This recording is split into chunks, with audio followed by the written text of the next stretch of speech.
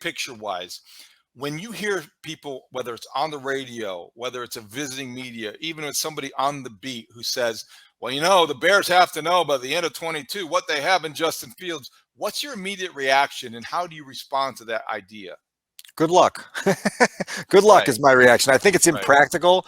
I think it's misguided. And I think people better be readying themselves for the idea that they're not going to know, right? Like that in a lot of situations, you don't know, and that you don't have to force a verdict if the verdict isn't clear to you, right? You've listened, you've worked quarter century in this business. You know deadline pressure, right? And what deadline pressure is and how suffocating it can be and just how much intensity can come with that.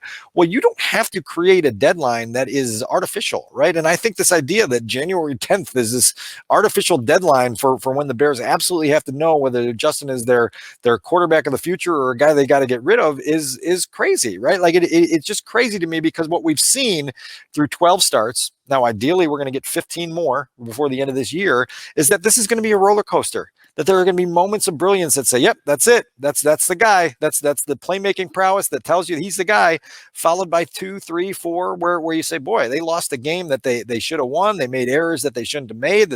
It's just bumpy. This position is really difficult to play. It takes a long time to learn. Justin's made 2 starts in a new system with a new coaching staff, with a supporting cast, by the way, that isn't fortified. You look at what's happening in places like Miami and Philadelphia, where you give a young developing quarterback that has struggled weapons, right? And you say, boy, okay, got him a free agent veteran or a traded veteran and drafted someone for him. And now all of a sudden, look at he's flourishing. And so it's crazy to me. Like I think, David, that people that think that at some point in 2023, there's the potential that the Bears have a rookie starter replacing Justin Fields are just out in La La Land, right? They're taking some of Aaron Rodgers' ayahuasca tea and hallucinating something that's not there, because I don't think that's the direction that it's headed. One more thing, and I'll flip it over to you, is I also think that when you talk to people outside this building, I don't have any internal intelligence on this, but people outside the building say that if you're Ryan Poles, your egg timer doesn't turn over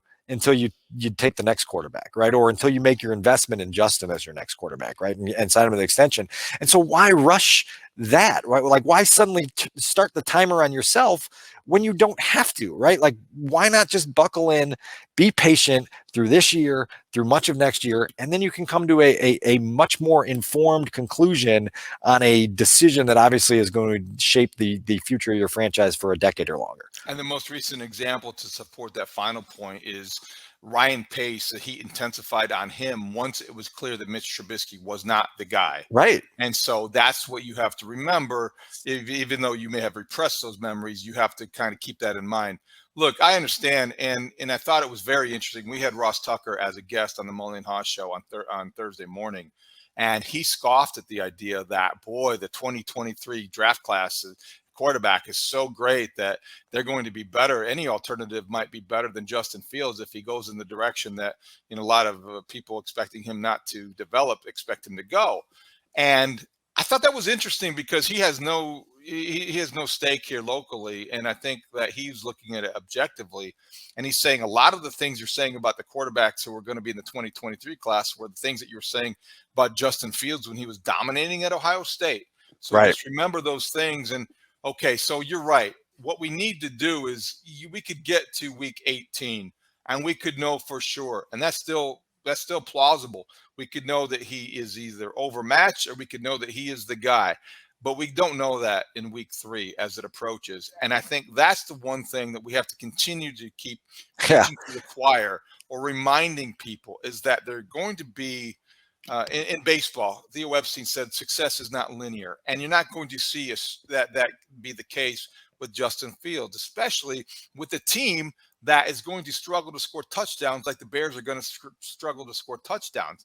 Keep everything in mind. And again, the plea for context and for patience is boring. And you're right. I have been in this business a long time, and I have been on the newspaper side of it where you're wanting to, be compelling and you have a deadline and you want to reach a conclusion. And I've been on the radio side of it where you want to worry about being compelling and interesting and have people listen to you with your hottest take of the day or the week. But I think that it's boring, but it's gray and it's necessary because when you have a development case or project like Justin Fields, you just got to be fair. And being fair means being patient, to allow for things to happen in due time, and in due time we'll know, but we're not going to, it's conceivable and maybe even likely we're not going to know this year. You said it was impractical. I think it's unrealistic. Yeah, I agree with you. I think there's a 92% chance that we have a hung jury by the end of the week 18 game, right? And then you just go into 2023 saying, boy, we've got to learn all these things. Okay, let's see. Yeah, I was just going to say, as a fan who sat through this storyline, 100 times, I understand why people get angry and say, no, I don't want to have to wait. Tell me as soon as possible. But it's just, I'm just trying to condition everyone out there to understand that we may not know, and you better be comfortable with being uncomfortable.